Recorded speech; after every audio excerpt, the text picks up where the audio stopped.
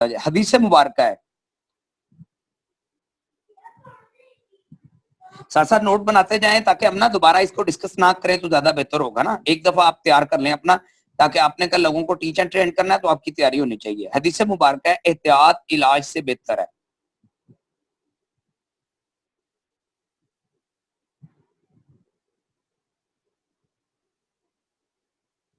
How to, लफ्ज है how to, HUATUO।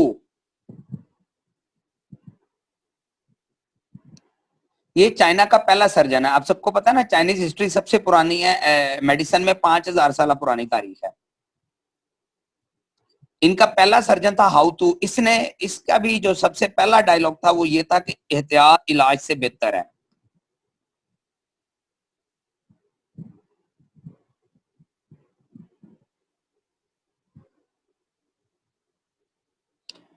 हाँ जी, तीसरा पॉइंट लिख लें, डॉक्टर बुकरात। हिपो हिपोक्रेट्स कहते हैं, हिपोक्रेट्स कहते हैं इसको इंग्लिश में ना। डॉक्टर बुकरात यानी 460 BC, हजरत ईसा अलैहिस्सलाम की पैदाइश से 460 साल पहले की बात है ये।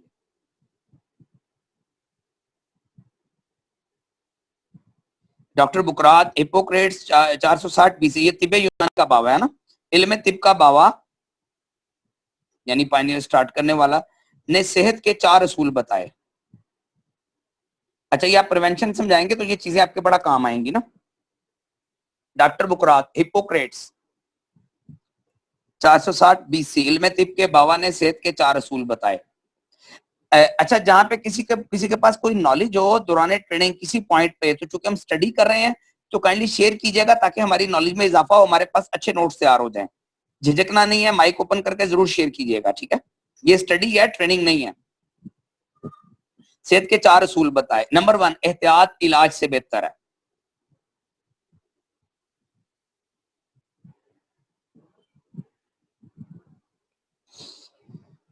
डॉक्टर बुकरात ने पहला ही बताया था, prevention is better than cure.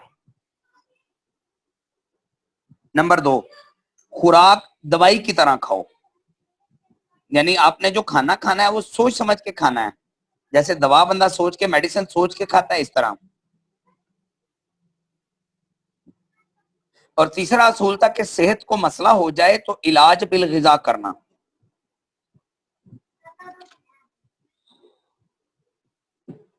Thank you. इलाज बिल गिजा करना। ओपन ओपन द गेट, एरा गेट खोल दो, गेट खोल दो, आप गेट खोल दो। Thank you. एहतियात इलाज से बेहतर है। और नहीं सर, सेहत का मसला हो जाए तो इलाज बिल गिजा करें।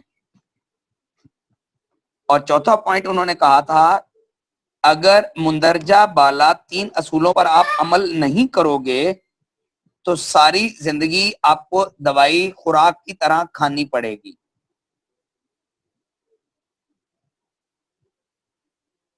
तीसरा अगर आप, पॉइंट रिपीट कर दें। तीसरा पॉइंट है, सेहत को मसला हो जाएगा तो इलाज बिल गिजा करना। हैदर भाई ज्वाइन है, हैदराबाद वाले, हैदर भाई। जी जी सर, जी सर, बिल्कुल। चले, वेरी गुड, हो गया। अरादत बेटा, नोमान। फोर्थ पॉइंट रिपीट कर दें। जी, फोर्थ में रिपीट करता हूं। अगर मुंदरजा वाला 3 असूलों पर, यानी वो कहता है जो हमने 3 पहले असूल कहे हैं उस पे आप अमल नहीं करते हो, यानी आप खुराक को दवाई की तरह नहीं खाते हो, आप प्रिवेंशन नहीं करते हो, और आपको अगर हेल्थ का मसला हो जाए तो आप इलाज बिल गिजा नेचुरल सप्लीमेंट्स के साथ, नेचुरल फूड के साथ नहीं करते हो। तो फिर उसने कहा था चौथा खतरनाक पॉइंट ये है कि आप अगर तीनों असूलों पे अमल नहीं करते हो तो आपको सारी जिंदगी मेडिसिन यानी दवाई खुराक की तरह खानी पड़ेगी। आप देखते हो ना, लोग पेशेंट हैं, 4 4 मेडिसिन, 5 5 मेडिसिन डेली बेसिस पे खा रहे हैं, बीमारियां ही बीमारियां हैं।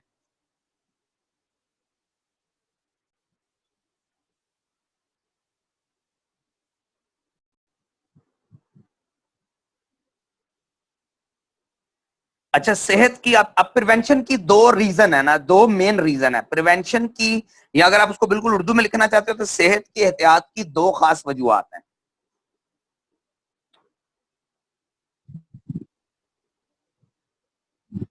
उसमें पॉइंट 1 है prevention against illness.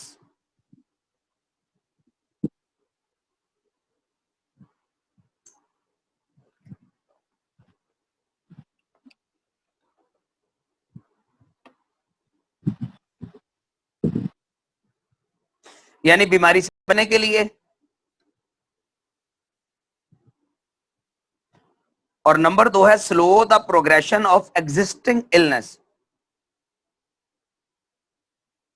Slow the progression of existing illness, यानी उसको उर्दू में तर्जुमा लिख लें, बीमारी की तकलीफ और शिद्दत में कमी के लिए। दोस्त जी मेरे पास पहला जो दिखाइएगा। आप जितनी दफा कहेंगे मैं रिपीट करूंगा, टेंशन फ्री होकर करें। Slow the progression of existing illness, खुला रहने दो, बीमारी की तकलीफ और शिद्दत में कमी के लिए।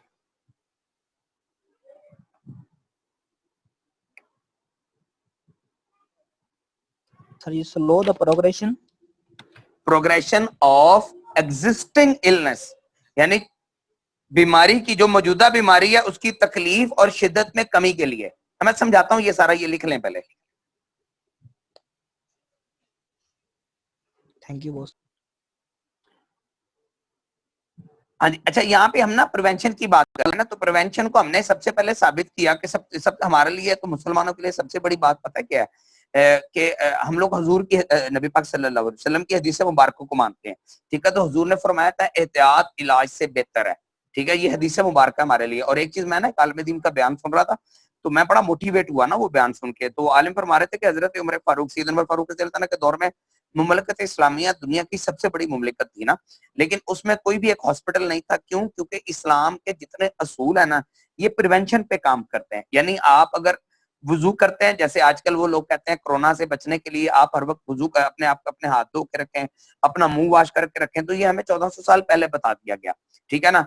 अच्छा, आपने प्रिवेंशन पे बताया था कि अगर किसी मुल्क में वबा फैल जाए तो नंबर 1 वहां से निकलो ना, नंबर 2 अगर पता लग जाए वहां पे तो वहां पे जाओ ना। ठीक है, उसी जगह पे रुक जाओ। अच्छा, फिर बहुत सारी चीजें ऐसी हैं। अच्छा, अगली चीज है मसा आप करते हो, तो एक बड़ा फेमस साइंटिस्ट है, उन्होंने कहा था कि मैंने मसे को रिसर्च किया है कि जो लोग मसा करते हैं ये लोग पागल कम होते हैं। तो आप मुस्लिम कंट्रीज में चेक कर लें, पागल खाने बहुत कम है ना। जैसे पाकिस्तान में 2 है ना, एक लाहौर में है और एक हैदराबाद में है, गिद्दू चौक में ना। आप, मेरा ख्याल है आपको ये शायद अंदाजा भी ना हो कि हमारे पाकिस्तान में कितने हैं। उसकी मेन रीजन हम मसा कर लेते हैं। ठीक है, खाने के बारे में एहतियातें हमारे हमारे पास बड़ी जबरदस्त हैं। ठीक है, नबी पाक ने हदीस मुबारक के हिसाब से, इसका मतलब है प्रिवेंशन बड़ी इंपॉर्टेंट चीज है। ठीक है, और फिर मैंने आपको हाउ टू का बताया। हाउ टू चाइनीज पहला सर्जन है, इनकी सबसे पुरानी हिस्ट्री है, 5000 साल इनका रिसर्च आपको हिस्ट्री मिल सकती है। वो कहता है कि prevention is better than cure. फिर मैंने आपको डॉक्टर बुकरात का, हिपोक्रेट्स का बताया कि वो कहता है कि एहतियात इलाज से बेहतर है।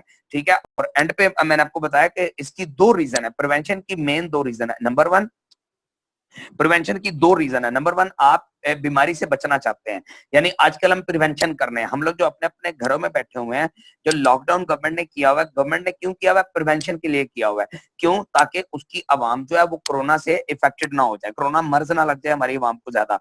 क्योंकि हमारी गवर्नमेंट को पता है कि अगर ये मर्ज फैल गया तो हम लोग कंट्रोल नहीं कर सकते, हमारे पास इतने एसेट्स नहीं है, ना इतना असासा है, ना इतने टूल्स ही हैं। ठीक हो गया। तो अगला है कि अगर कोई अल्लाह ना करे जो बंदा पेशेंट हो जाता है ना, तो कहते नहीं है कि आप एहतियात किया करो। जैसे डायबिटिक पेशेंट, उसको कहते हैं यार आप मीठा ना खाओ। ठीक है, अब मीठा ना खाना इलाज नहीं है, मीठा ना खाना प्रिवेंशन में आता है। ठीक है, तो आप प्रिवेंशन करते हो कि यार हाँ मीठा कम खाएंगे, मीठा नहीं खाना, ताकि डायबिटीज जो है ना वो बढ़ ना जाए, डायबिटीज की स्टेज आगे ना जाए। और जो लोग प्रिवेंशन कर लेते हैं वो लोग एक स्टेज पे रुक जाते हैं ना, एहतियात हो जाती है, मर्ज एक स्टेज पे अगर खत्म ना हो तो रुक जाता है। और जो लोग एहतियात नहीं करते उनका मर्ज जो है ना बढ़ जाता है। अगले पॉइंट पे ले चलें सर, अगली स्लाइड पे ले चलें। ओके, अच्छा यहाँ पे ना आपको 3 कलर नजर आ रहे हैं। ग्लोबल सर्वे, ये एक WHO का स्टैटिस्टिक्स है, इसको हम बिल्कुल सादा लिख लेते हैं ना पहले तो। ठीक है, बीमारी 2 तरह की होती है।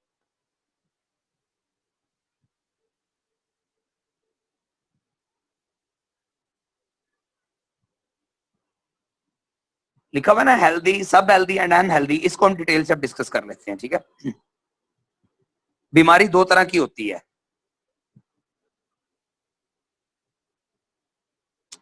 नंबर 1 एक्यूट और नंबर 2 क्रॉनिक।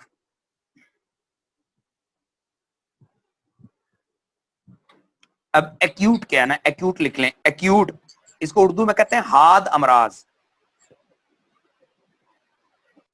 ये एक ही समझ लें, हमने हर तरह के लीडर आपकी टीम में आने हैं, इसलिए हमने इसको बिल्कुल सिंपल करके लिखना है, नोट्स बनाने हैं, ताकि हम कम पढ़े लिखे को भी समझा सकें, ज्यादा पढ़े लिखे को भी समझा सकें। और ज्यादा पढ़े लिखे को उर्दू भी समझ आती है, लेकिन कम पढ़े लिखे को बहुत ज्यादा इंग्लिश जो है ना वो समझ नहीं आती। एक्यूट, और हम किसी कस्टमर के पास जा रहे हैं, हम प्रोडक्ट समझाने ना, किसी कस्टमर को हम प्रोडक्ट समझाने जा रहे हैं, वो बेचारा सादा आदमी है, तो वहां पे ज्यादा जाके फिर वो आपको इंग्लिश जानने की जरूरत नहीं, उसको आप सिंपल समझा दें, ठीक है। एक्यूट मर्ज, हाद अमराज, ये कौन से एक्यूट कौन से हैं? बीमारी की वो हालत, जी जी एक्यूट के अलावा दूसरा कौन सा? वो बताता हूँ, पहले एक्यूट लिख लें, पहले एक्यूट की डेफिनेशन लिखें। बीमारी की वो हालत जो तेजी से पैदा हो जाती है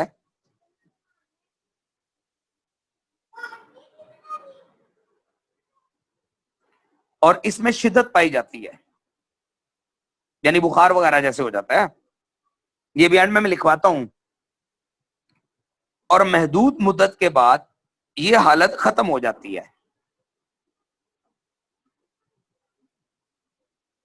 यानी एक टाइम पीरियड होता है, उसके बाद ये एंड हो जाती है। लेकिन बाज औकात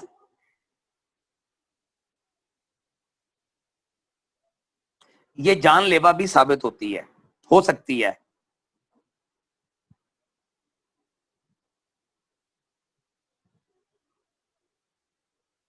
ये अपना दौरानिया पूरा करके खत्म हो जाती है।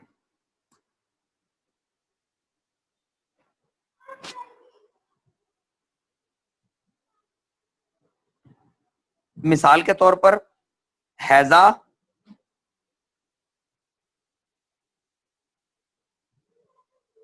खसरा,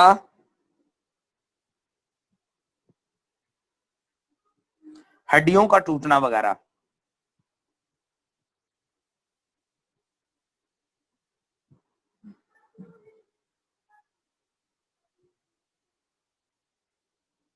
अब लिख लें क्रॉनिक, ये इस स्लाइड की डेफिनेशन है सारी जो आपके सामने स्क्रीन पे शो हो रही है, ठीक है। क्रॉनिक, मुजमन अमराज, मजमन मीम जाल मीम नून, मजमन अमराज, क्रॉनिक। मंठार भाई जो आए ना ट्रेनिंग में, मंठार खान, जी सर, जी सर। चलें ठीक ठीक ठीक ठीक, क्योंकि मुझे टेंशन हो रही थी, मैं कहा शायद आप नहीं हो। ओके, अच्छा, मजमन अमराज, मर्ज की, वालेकुम सलाम शाह जी।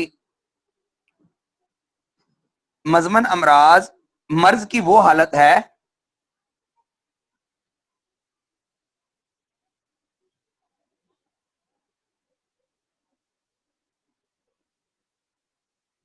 जो आहिस्तगी से बढ़ती है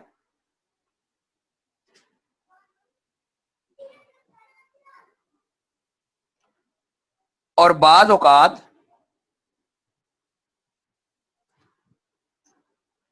अपने अरूज पर पहुंचते हुए वक्त लेती है।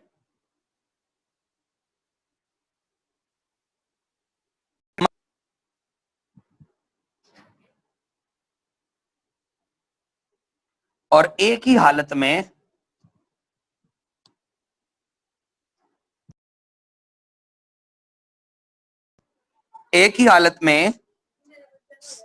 साल साल तक रह सकती है।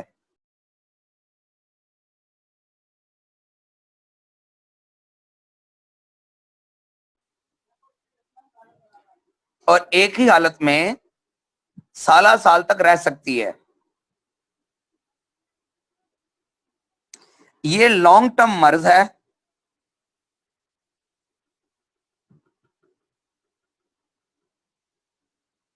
मसलन शुगर, दिल के अमराज और यरकान वगैरह।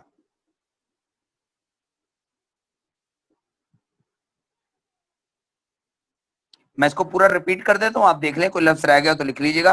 क्रॉनिक मर्ज, क्रॉनिक डिजीज, मजमन अमराज, मजमन मीम जाल बीम नून, मजमन अमराज, मर्ज की वो हालत जो आईसीकी से बढ़ती है और बाज़ औक़ात अपने उरूज पर पहुंचते हुए वक्त लेती है और एक ही हालत में साल तक रह सकती है। ये लॉन्ग टर्म मर्ज है, मसलन शुगर, दिल के अमराज, यरकान वगैरह वगैरह। ठीक है, अच्छा अब आ जाए सब हेल्दी, नीम बीमार। सर जी ये वाले इनका इलाज भी होता है या ये इलाज नहीं होता इनका? बताते हैं, अभी अभी सिर्फ ये डिस्कस करें, मैं समझाता हूं, मैं समझाता हूं।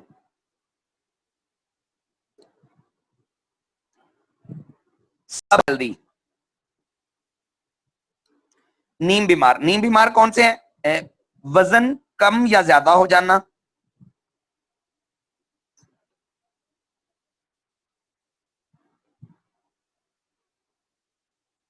बालों का गिरना,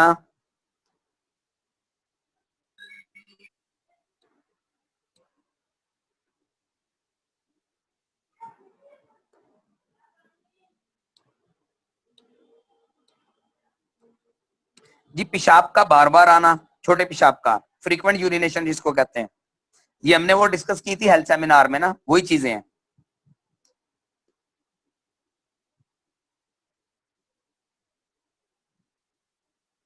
तो लीदी निजाम खराब हो जाना, सेक्सुअल डिक्लाइन। अस्सलाम वालेकुम राशिद भाई, मैं बिलाल अहमद शाह बात कर रहा हूँ। जी जी बिलाल भाई। जी कैसे हैं? ठीक हैं? खैरियत से हैं आप? अल्हम्दुलिल्लाह अल्हम्दुलिल्लाह बिलाल भाई। जी मैंने जी बिल्कुल ये जो है ना एक्यूट, इसमें जो है ना कोई भी डिजीज जो यानी फौरन लग जाए, आपने बताया ना कि बिल्कुल ये इसी तरह ही है। अच्छा, और ना ये अगर 3 माह से इसको ज्यादा अरसा हो जाए ना तो फिर ये क्रोनिक डिजीज में कन्वर्ट हो जाती है, यानी फिर ये पेचीदा हो जाती है और हमारे ना ये ब्लड में शामिल हो जाती है और हत्ता कि ये हमारे खलियात में ये शामिल हो जाती है। तो फिर ये क्रोनिक की तरफ इसका ना बढ़ने का फिर खतरा हो जाता है, यानी जितना जितना ये पुरानी होती जाए और खास तौर पर 3 माह जब हो जाए ना तो फिर। और क्रोनिक है ना, ये है कि ये इसको बहुत साल लगते हैं, इस डिजीज को बनने में बहुत वक्त लगता है। लेकिन जब ये डिजीज हो जाती है तो फिर ये हमारे सेलुलर लेवल तक ये सरायत कर चुकी होती है, खलियात के अंदर तक पहुंच चुकी होती है। इसलिए फिर ना इसको बिल्कुल खत्म करना बहुत मुश्किल हो जाता है। इसको ना जड़ से उखाड़ना मुश्किल हो जाता है। इसको फिर मैनेज किया जाता है ज्यादातर, जैसे शुगर को मैनेज करते हैं, ब्लड प्रेशर को मैनेज करते हैं, कंट्रोल करते हैं, इस तरीके से। सही सही।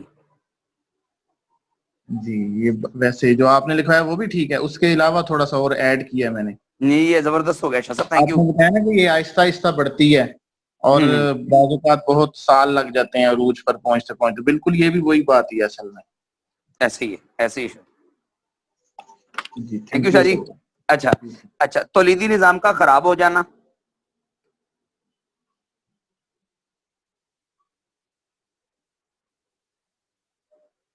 बात भूल जाना,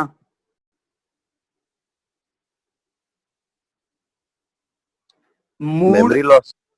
जी जी, गुस्से पर काबू ना होना,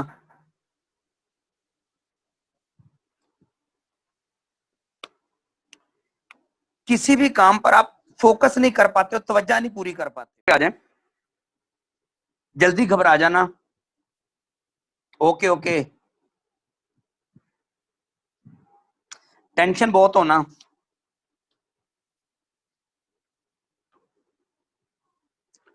थकावट बहुत ज्यादा होना,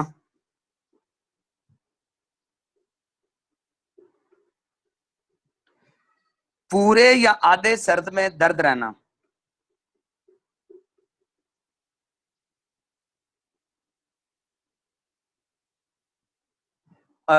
खवातीन के हार्मोन्स डिस्टर्ब हो जाना,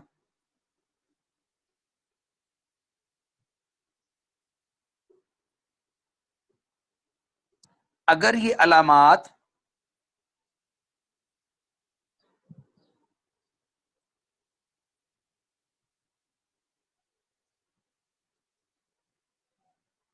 इंसानी में जाहिर हो रही हैं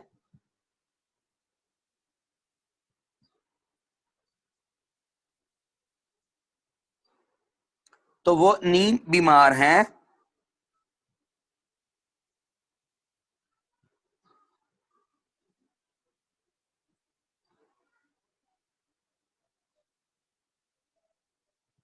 और आने वाले वक्त में किसी क्रॉनिक मर्ज का शिकार हो सकता है।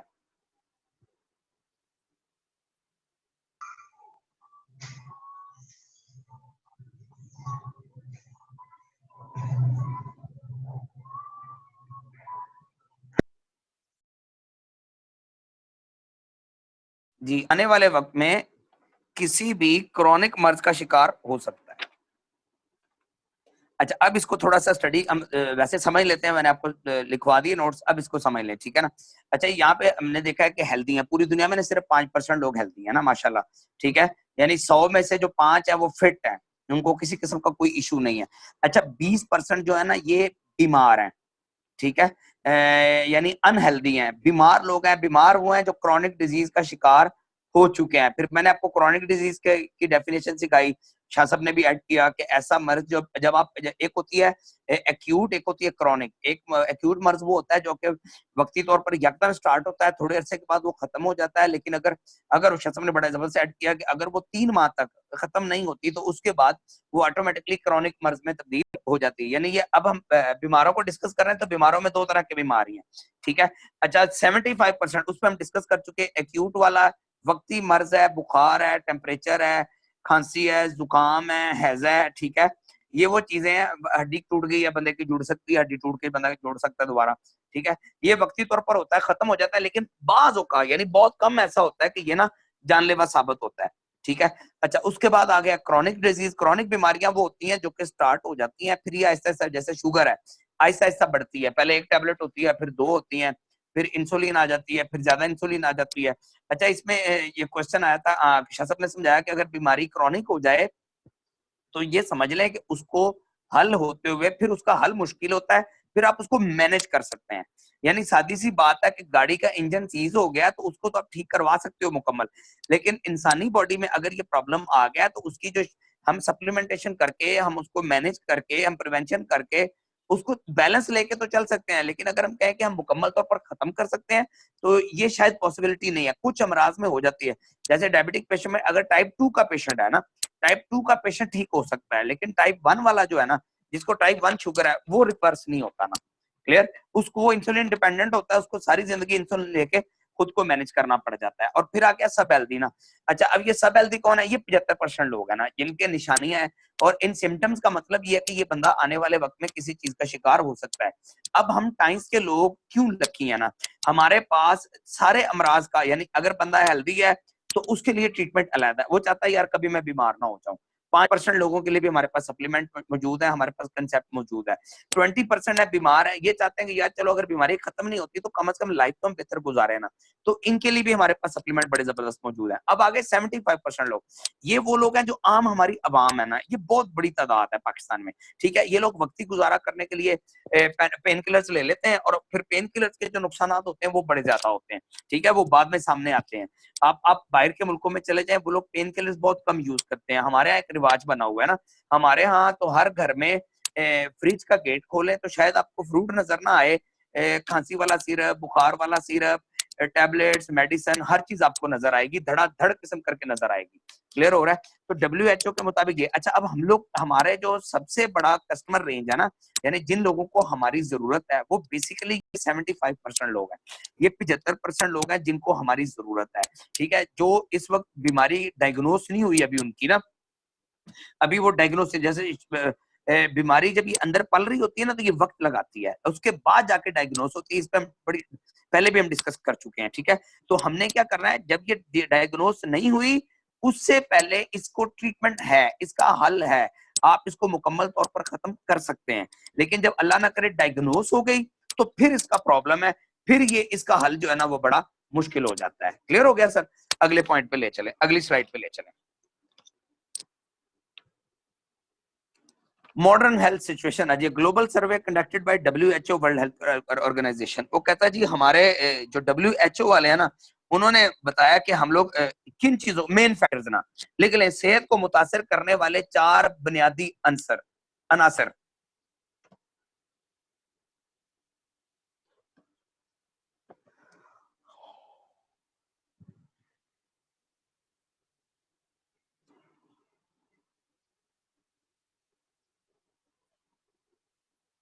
हाँ जी, नंबर 1 है एयर पोल्यूशन, आलूदगी, पोल्यूशन।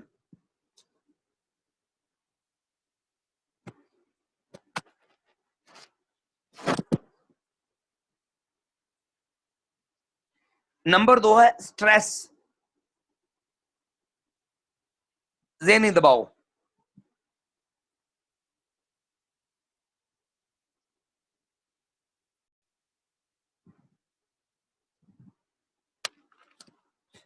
अपना जेब बगैर कैमरे ओपन करवाए डॉक्यूमेंट बना लो, बस बगैर कैमरा ओपनिंग के।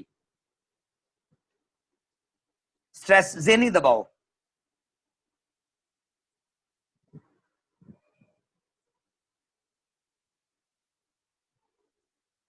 फिर है विरासती बीमारियां,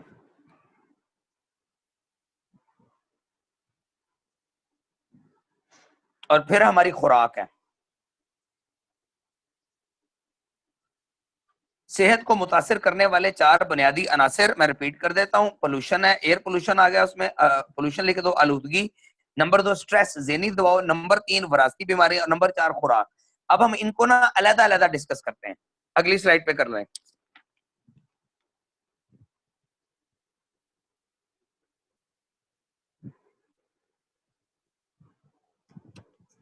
दी effects of pollution on health. हाँ जी, आलूदगी के सेहत पर असरात।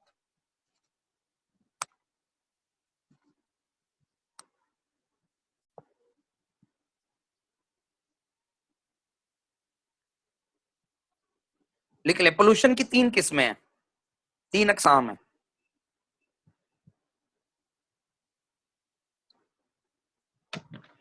जहां कोई चीज ना समझ आए काइंडली पूछ लें, रिपीट करवा लिया करें, और अगर कोई चीज आपके पास नॉलेज हो तो वो जरूर ऐड कीजिएगा।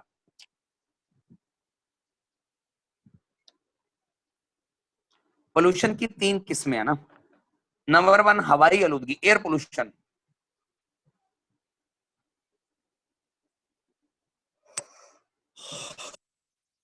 नंबर 2 पानी की आलूदगी, वाटर पोल्यूशन। और नंबर 3 है मिट्टी की आलूदगी। अच्छा, आप लोग कहते हैं ये ट्रेनिंग 1 बजे तक चले, अगर लिंक खत्म हो जाए तो दोबारा ज्वाइन करके 1 बजे तक चला लें। ओके सर, ओके चलो। बस ठीक है, जैसे लिंक खत्म होगा दोबारा ज्वाइन कीजिएगा, 1 बजे तक चला लेते हैं। डन डन डन डन, ठीक हो गया। मिट्टी की आलूदगी, सॉयल कंटिमिनेशन। एयर पोल्यूशन पे आ जाइए। आपको ना एक तस्वीर नजर आ रही होगी लेफ्ट साइड पे ना, उसके ऊपर लिखा हुआ है एयर पोल्यूशन।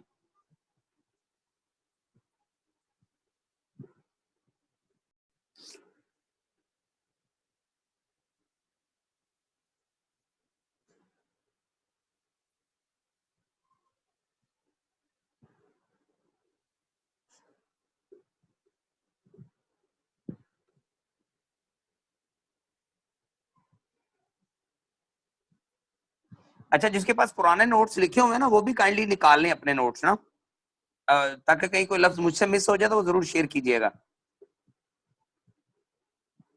हवाई आलूदगी से हमें क्या मिलता है? Lead, LEAD, lead.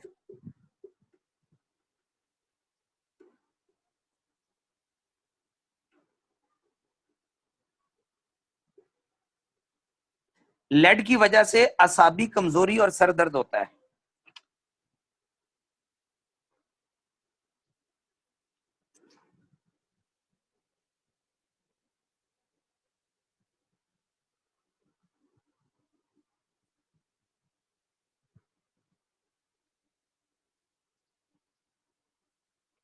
लेड आता का है हवाई जहाज के पिस्टन इंजन की वजह से, हवा में ये शामिल होता है ना, हवाई जहाज के पिस्टन इंजन की वजह से,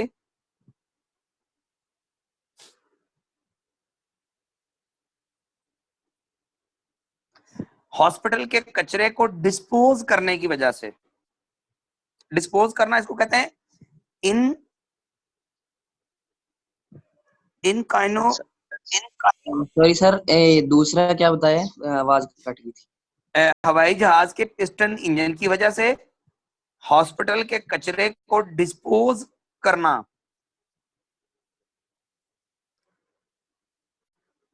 इसकी स्पेलिंग लिख लें,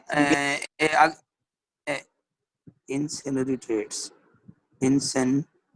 सैनरी सर, क्या? इनसेनिरेटर। इंसेनिरेटर्स, हाँ इंसेनिरेटर्स, ओके ओके, इंसेनिरेटर्स, हाँ जी। इंसेनिरेटर की स्पेलिंग लिख लें, INCIN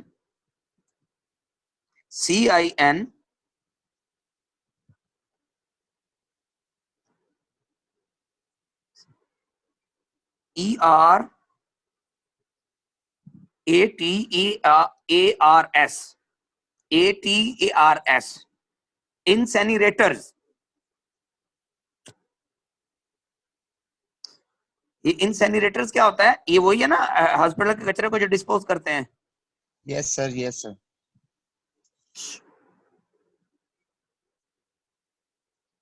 एक जुमला आगे लिखा हुआ है, ये नोट्स में अपने चेक करें, कोई पुराना दोस्त ना, पुराना लीडर। लेड के बनने के दौरान, बनने के अमल के दौरान लेड हवा में शामिल हो जाता है।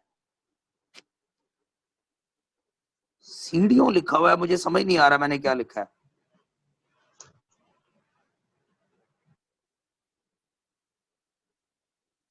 हवाई आलूदगी में सबसे पहले लिखा है, सीढ़ियों नहीं लिखा। बैटरियों, यस, बैटरियों को बनाते वक्त। जी जी जी, बनने में जज़ाकल्लाह। बस मेरी राइटिंग ऐसी है ना, मैं खुद लिख के भूल जाता हूँ। हाँ जी, लेड, ये बैटरियों के बनने के अमल के दौरान, यानी बैटरियों का बनना होता है हॉस्पिटल के कचरे को डिस्पोज करना, और हवाई जहाज के पिस्टन इंजन की वजह से, ठीक है ना। हॉस्पिटल के कचरे को जो डिस्पोज करते हैं उसको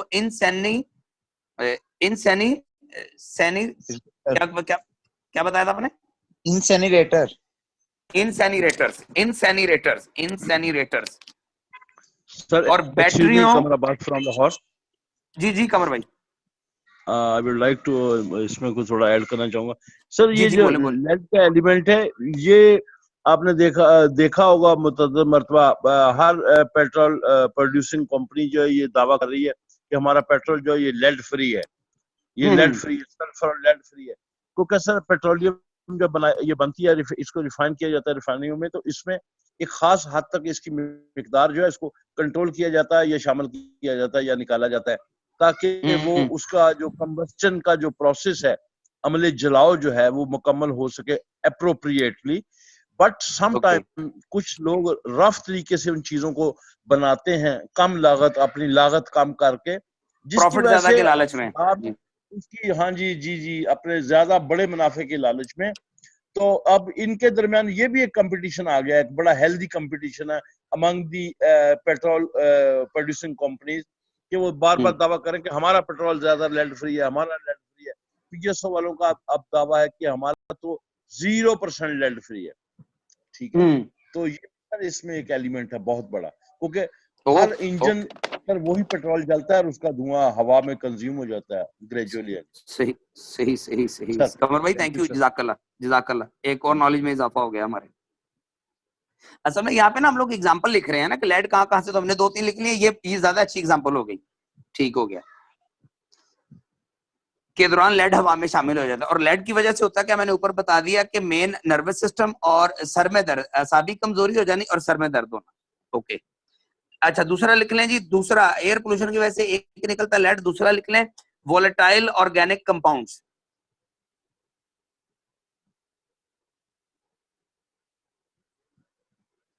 सर भट्ठे की जिमनी से भी निकले, मैं दूंगा वो भी। अच्छा, भट्ठे की जिमनी से भी, ओके, थैंक यू। भट्ठे की जिमनी, सर ये नोट्स में है जी, यूपीएस की बैटरी जब बन रही होती है उस वक्त भी केमिकल प्रोसेस होता है, तो लेड हवा में शामिल हो जाता है गाड़ियों। हो गया गाड़ियों के धुएं से भी लेड हवा में जाता है। नहीं सर, मुझे मिले हुए, मैं ना असल में लिख रहा हूँ सर, मेरे ना अच्छा नोट नहीं किए थे, दूसरे थे, अच्छा अच्छा, मैं बना रहा हूँ सर। चलें। वोलेटाइल ऑर्गेनिक कंपाउंड्स, यानी एयर पोल्यूशन में से पहली चीज निकलती है लेड जो हमें डैमेज करती है, दूसरा वोलेटाइल ऑर्गेनिक कंपाउंड्स। अच्छा ये लिख लें, परफ्यूम,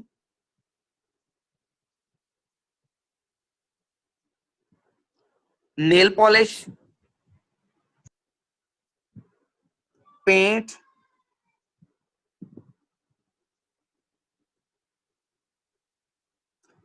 लकड़ी का धुआं और तंबाकू के धुएं से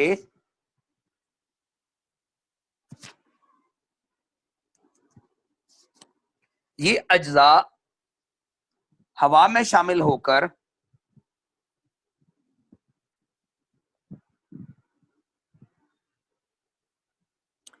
कैंसर,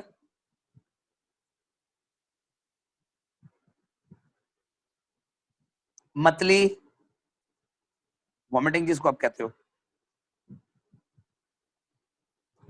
और जिल्द की खराबी का बाइस होते हैं। यानी आपने देखा ना जहां पेंट हो रहा था, अजीब सी वो स्मेल आती है और उसके बाद दिल खराब होना शुरू हो जाता है, तो वो वोलेटाइल ऑर्गेनिक कंपाउंड्स हैं जो बंदे की बॉडी में चले जाते हैं। पोलन एलर्जी लिखा हुआ था। हाँ जी, सर, पोलन एलर्जी भी इसी में आती है, जो इस्लामाबाद वाले में होते हैं। रबीर भाई इस्लामाबाद वाले हैं, इनको वो बड़ी याद है। ओके, की वजह से क्या होता है ये इनका, क्या होता है इसकी वजह से परफ्यूम और नेल पॉलिश की स्मेल से? जी जी सर इसकी वजह से क्या होता है? मतली होती है और क्या होता है? लिखा है आपका, सॉरी यार, कैंसर, मतली और जिल्द की खराबी का बाइस बनते हैं। ओके ओके सर जी। जी जी सर जी पहले आपने लिखाया ना लेड, तो दूसरा हाँ जो जी, आपने लिखवाया है सर जी उसकी स्पेलिंग तो प्लीज थोड़े से बता दें। ओके लिख लें, VO।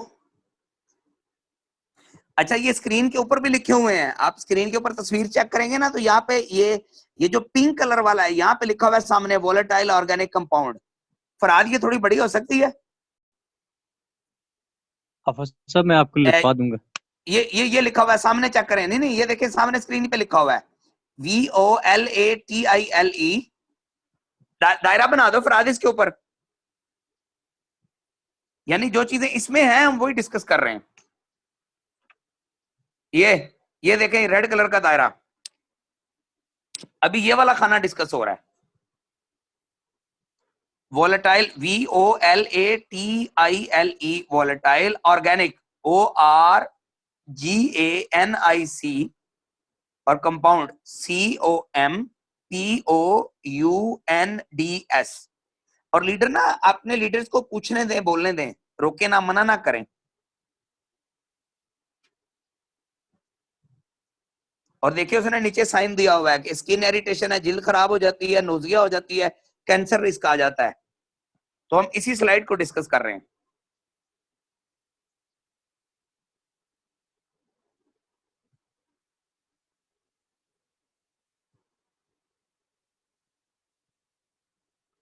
अच्छा आगे लिखें जी, SO2 या NO2, सल्फर डाइऑक्साइड या nitrogen peroxide? Nitrogen oxide. Nitrogen oxide, sorry, हाँ नाइट्रोजन ऑक्साइड है। Thank you. पेट्रोल? सर अस्सलाम वालेकुम सर। जी जी वालेकुम सलाम, बिस्मिल्लाह। सर ये गाड़ियों का धुआं भी, उससे भी ये चीजें होती हैं? ये अभी मैं लिखवाने लगा हूँ, यही लिखवाने लगा हूँ। जी सर, जी ठीक है सर। पेट्रोल, डीजल और ईंधन के जलने से, ये जो शाह साहब पहले बात कर रहे थे ना, कमर भी बात कर रहे थे, ये सेम वही है। उसमें वो भी निकलता है वोलेटाइल, और सॉरी लेड भी होता है और ये भी होता है। पेट्रोल, डीजल और ईंधन के जलने से हवा में शामिल होकर दिल की बीमारियों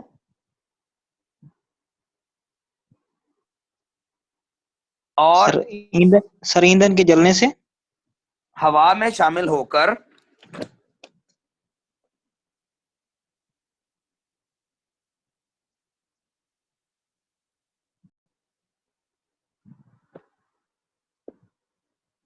दिल की बीमारियों और सांस की बीमारियों का बायस बनता है।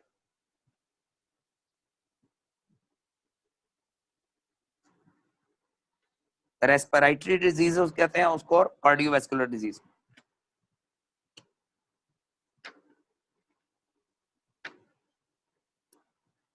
और आपको सेंटर में लिखा हुआ नजर आ रहा होगा ओजोन।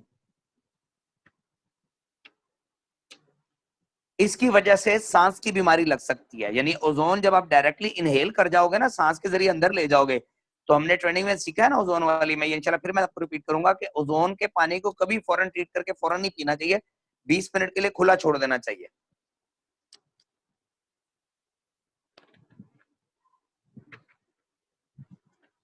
ओजोन, इसकी वजह से सांस की बीमारी लग सकती है।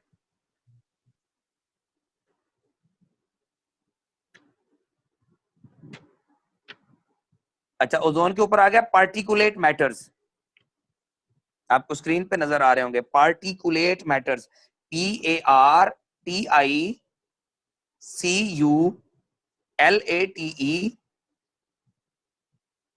मैटर्स। हाँ जी, साइन हो गया इसके ऊपर, थैंक यू। MATTER। जी जी, रिपीट कर सर। ओजोन की वजह से सांस की बीमारी लग सकती है।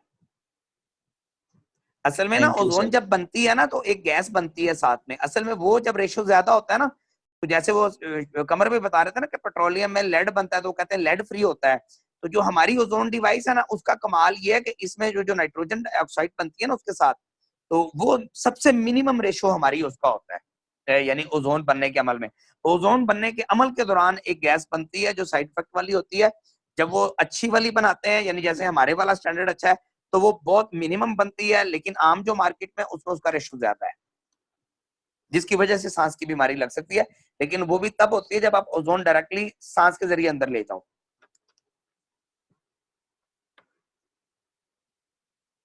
हाँ जी, पार्टिकुलेट मैटर्स आलूदगी के केमिकल रिएक्शन से पैदा होते हैं।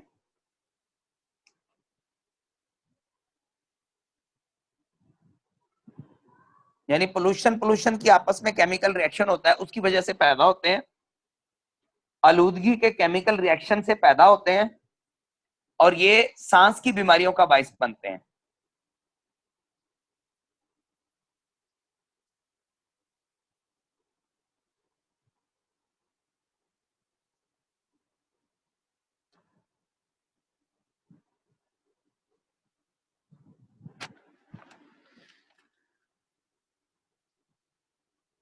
और एंड पे एक चीज रहेगी, सीओ कार्बन मोनोऑक्साइड बनता है ना ये। जी सर। कार्बन मोनोऑक्साइड, हाँ जी सर। इसका मतलब पढ़ पढ़ के मुझे चीजें आना शुरू हो गई हैं। Carbon dioxide sir. सीओ है, वो CO2 CO2 होता है हैदर भाई। कार्बन मोनोऑक्साइड है। जी कार्बन ओके मोनोऑक्साइड सर, है। ओके जिस सर। पब्लिक कॉलेज में आप पढ़े हो ना, मैं भी वहीं का पढ़ा हूँ। ठीक है। जब किसी चीज को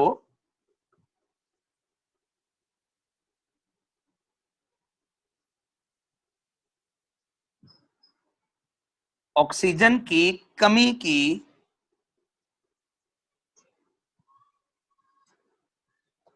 मौजूदगी में जलाया जाता है,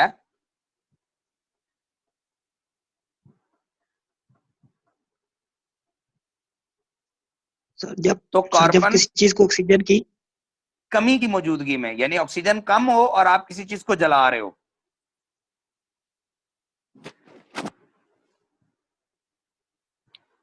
तो कार्बन मोनोऑक्साइड पैदा होती है, तो CO पैदा होती है, कार्बन मोनोऑक्साइड।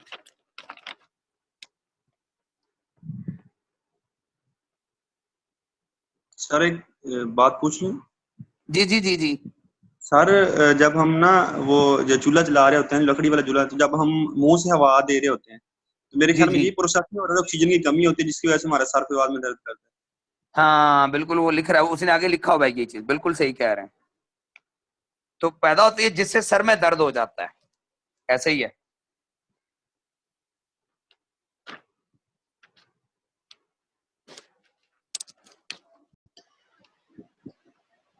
जब आप किसी चीज को ऑक्सीजन की कमी की मौजूदगी में जलाते हो तो CO पैदा, कार्बन मोनोऑक्साइड पैदा हो जाती है, जिसकी वजह से सर दर्द होता है।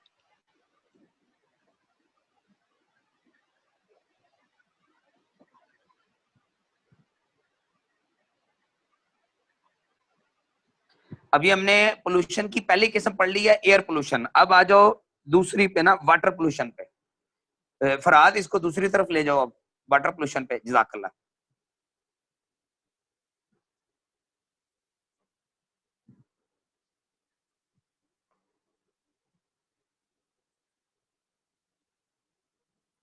वाटर पोल्यूशन, पानी की आलूदगी। पानी में मौजूद बैक्टीरिया, तूफैली जानवर, पैरासाइट्स कहते हैं इनको,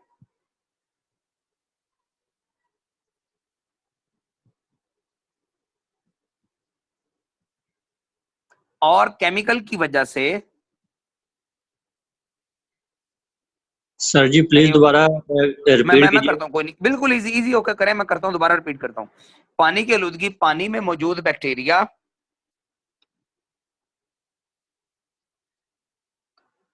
तूफैली जानवर, पैरासाइट्स। पैरासाइट्स वो होते हैं ना, जोंके या जुएं जिसको आप कहते हो, जो किसी की बॉडी पे, किसी के खून पे पलते हैं ना।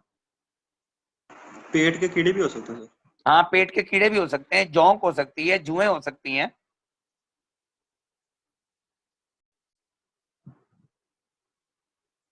और केमिकल की वजह से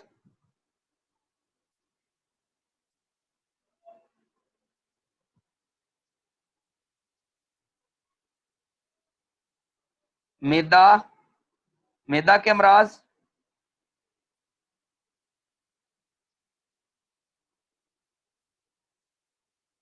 आंतों के अमराज,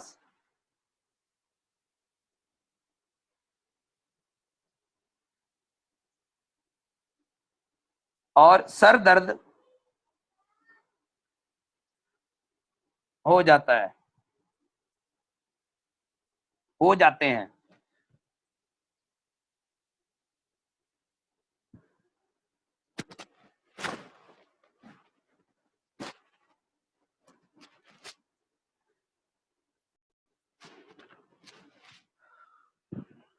अब आ जाए जी मिट्टी की आलूदगी, सॉयल कंटिमिनेशन।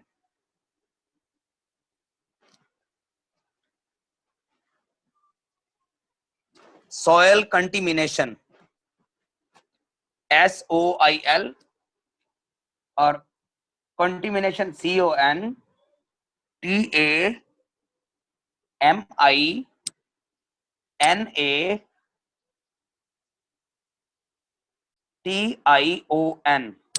जी जज़ाकल्लाह, ये साइन ऊपर लगा दिया है। सॉइल कंटिमिनेशन, मिट्टी की आलूदगी, स्प्रे,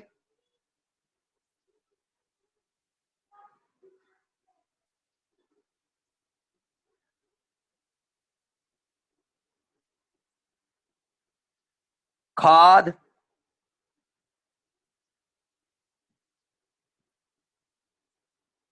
कीड़े मार अद्वियात,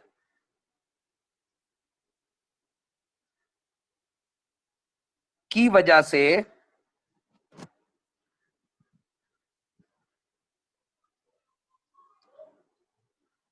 मतली, थकावट,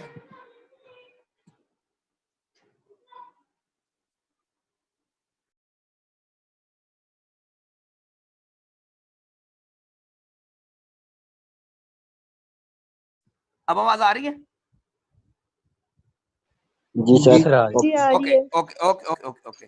हाँ जी, मिट्टी के कहाँ पहुंचे थे? की वजह से मतली, थकावट और दिल के अमराज लगते हैं।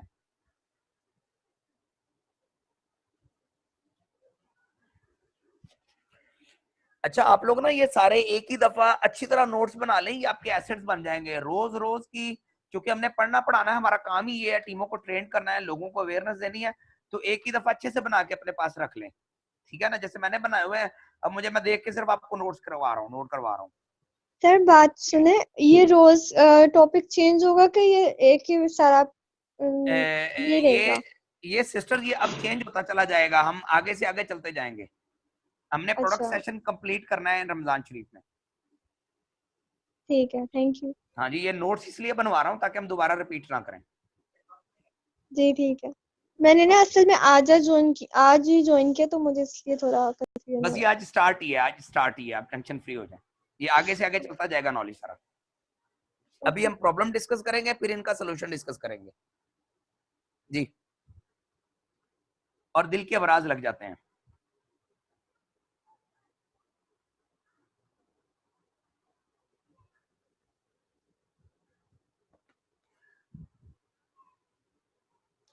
हाँ जी, नेक्स्ट स्लाइड पे ले जाएं। सर ये जितनी भी डिजीज हमने पढ़ी है ये क्रोनिक में आती है क्या एक्यूट में? बताएं भाई रबीत, ये क्रॉनिक में आती है कि असल में क्रॉनिक में तो तब आएंगे, एक्यूट में तो आ जाएंगी कि अगर आपने फौरन इसको काबू कर लिया 3 माह के अंदर अंदर, आपने इसका सोल्यूशन नहीं किया तो फिर ये क्रॉनिक की तरफ चली जाएंगी। सिंपल सी बात है जी। आ जाए जी, health stress, health effect stress दूसरी वजह जिसकी वजह से हम लोग बीमार होते हैं ना। जो 4 चीजें हमारी हेल्थ को इफेक्ट करती हैं उसमें नंबर 1 था पोल्यूशन, नंबर 2 है स्ट्रेस। ये बात मैंने उस दिन भी हेल्थ सेमिनार में समझाई थी कि पाकिस्तान में पैदा होने वाली 16 बड़ी बीमारियों का मेन रीजन टेंशन है। जब आप टेंशन लेते हो, आप स्ट्रेस लेते हो।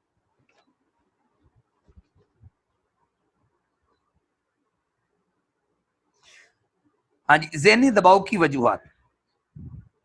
ज़हनी दबाव स्ट्रेस होता क्यों है?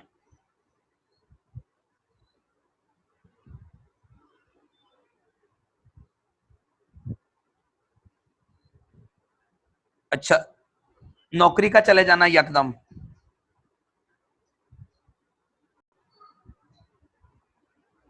खाने और पानी की कमी हो जानी, तलाक हो जाना,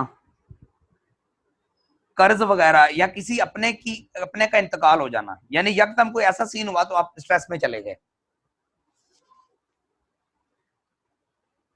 एक दफा रिपीट कर दें।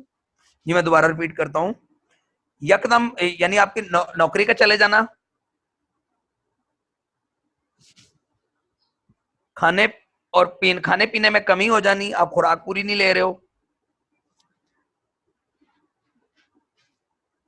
तलाक है, कर्ज है, या किसी अपने का इंतकाल हो जाता है।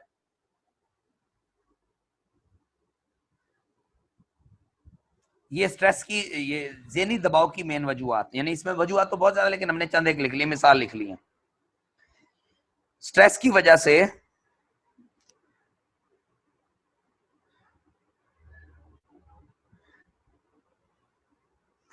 16 बीमारियां लग सकती हैं जो सामने आपको इस वक्त नजर आ रही हैं लिखी हुई।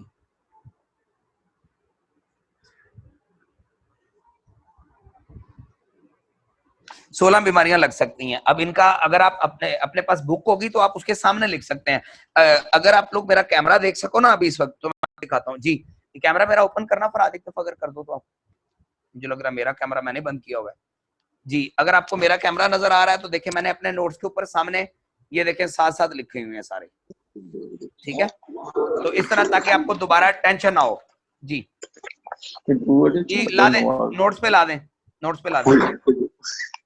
माइक क्लोज करें, हाफिज मजूमदार अपना माइक क्लोज करें। हाफिज भाई, हाफिज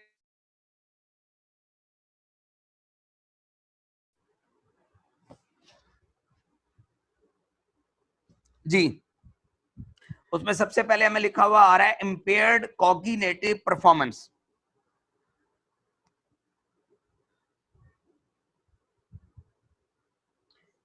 याददाश्त का कमजोर हो जाना,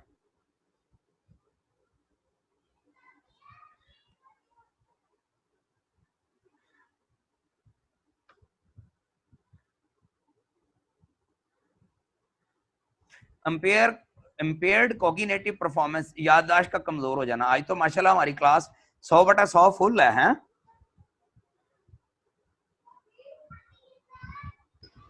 यस सर जी। एक्नी, छाइयां, कील, महासे। अब ये स्ट्रेस की वजह से बीमारियां आ रही हैं।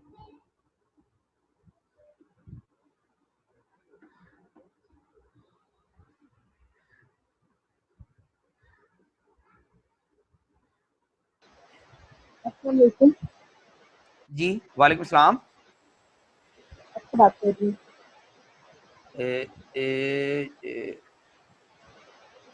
एक मिनट सिस्टर। जी जी हाँ जी डॉक्टर साहब आप बिस्मिल्लाह बोलें।